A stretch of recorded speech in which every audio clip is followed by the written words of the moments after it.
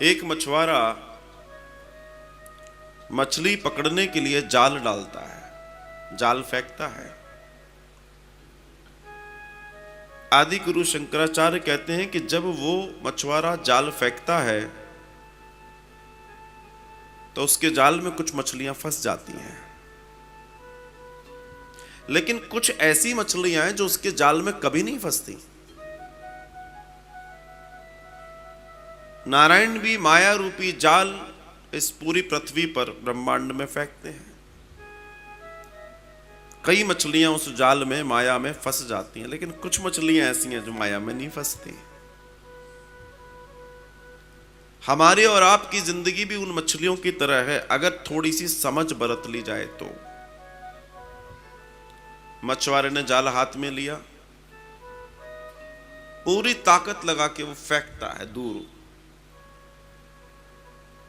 लेकिन मछुआरे के चरणों के आसपास जो मछलियां होती हैं उन पर जाल नहीं गिरता, क्योंकि जाल तो दूर जाता है।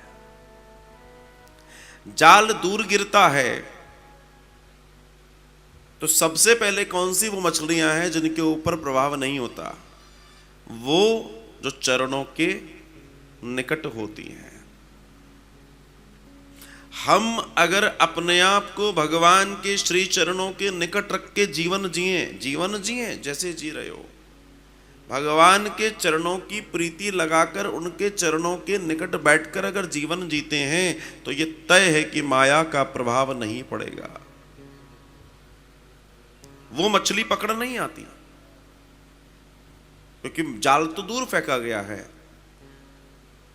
अब एक मछली तो वह है जो चरणों के पास है, दूसरी मछली एक और है जो बच जाती है, वो जो कभी कभी सत्संग आती है, जिसको मालूम है नहीं माया भी होती है, कभी कभी भगवान के मंदिर चले जाना चाहिए, कभी कभी कथा सुन लेनी चाहिए, कभी कभी सत्कर्म कर लेना चाहिए। इस विचार को लेकर जो व्यक्ति जीता है, कई बार माया जब उसके निकट आती है तो उसको ध्यान आ जाता नहीं गड़बड़ है, बचो इससे, तो वो बच जाता है।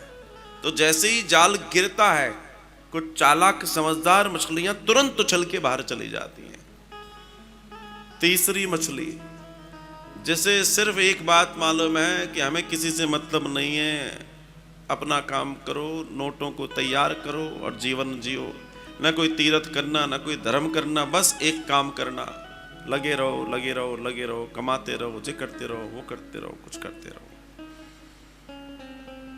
ये जाल में फंस जाती है, क्योंकि इसको अगर ईश्वर के बारे में जानकारी नहीं है तो इसको माया के बारे में भी जानकारी नहीं है। माया और ईश्वर दोनों एक ही सिक्के के दो पहलू हैं। अगर आपको ईश्वर के बारे में जानकारी हो गई तो माया को जान जाओगे, और माया के बारे में जानकारी हो गई तो ईश्वर का भी पता मिल जाएगा कि नहीं, इसका दूसरा पहलू ईश्वर है। एक और मछली होती है, चौथे नंबर की मछली, वो बड़ी भारी वाली मछली जो होती है ना, बहुत बड़ी सी, वो क्या करती है? वो छोटी मछलियों को खाती है। मुंह खोलती है, छोटी मछलियां उसके मुख में चलती चली जाती हैं, चलती चली जाती हैं, चलती चली जाती हैं। ऐसे लोग जिनके पास भगवान ने अथाह दिया है, लेकिन उन्हें धर्म कर्म से कोई मतलब नहीं है, ना उन्हें धर्म से मतलब, ना दान से मतलब, ना दया से मतलब, ना देश से मतलब, ना संस्कृति से मतलब, ना धर्म से मतलब, उनका तो एक ही धर्म है, पैसा। होते हैं ऐसे कई लोग, वो भी उस जाल में आ गई है। अब एक नई कहानी क्या हो रही है, इनको न काल पता, ये अपने आप को ही परमात्मा समझ बैठते हैं, मैं ही हूं जो कुछ हूं। तो जाल में आ गए हैं, तो बड़ी मछली क्या सोच रही है, उसको तो अभी तक चल चल कर जाकर मछलियों को खाना पड़ता था, अभी उसने मुंह खोला, जाल में जितनी मछलियां, उसकी छोटी छोटी मछलियां उसके मुख में अपने आप जाती जा रही हैं। वो कह रहा है ये बहुत बढ़िया है, इससे आनंदमयी कोई समय नहीं हो सकता, ये तो बहुत ही सुंदर कार्य हो रहा है। लेकिन उसे ये नहीं मालूम कि काल का जाल उसे घेर चुका है।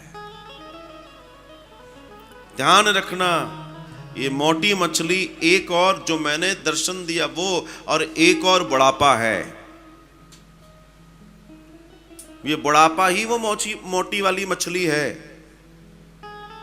पूरा जीवन आपने संसार को दे दिया और अंतिम समय में आपको इस बात का बोध नहीं है कि सत्संग भी करना था, दान भी करना था, धर्म भी करना था, दया भी करनी थी, करुणा भी करनी थी। ये सारा कार्य जिसने नहीं किया, समझ लेना वो मोटी मछली का बाजार में सबसे पहले भाव लगाया जाएगा। और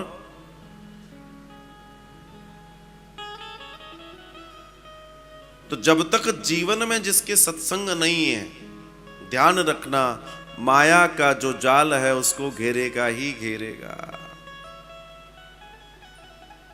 समय मिला है, जी लो, जितना जी सकते हो जी लो, लेकिन जीते हुए एक बात ध्यान रखना, सन्निधि भगवान के चरणों की हो। अगर भगवान के चरणों की सन्निधि लेकर जियोगे तो ध्यान रखना जीवन का परम वैभव प्राप्त करोगे। और वो परम वैभव ही भगवान की सच्ची पूजा है।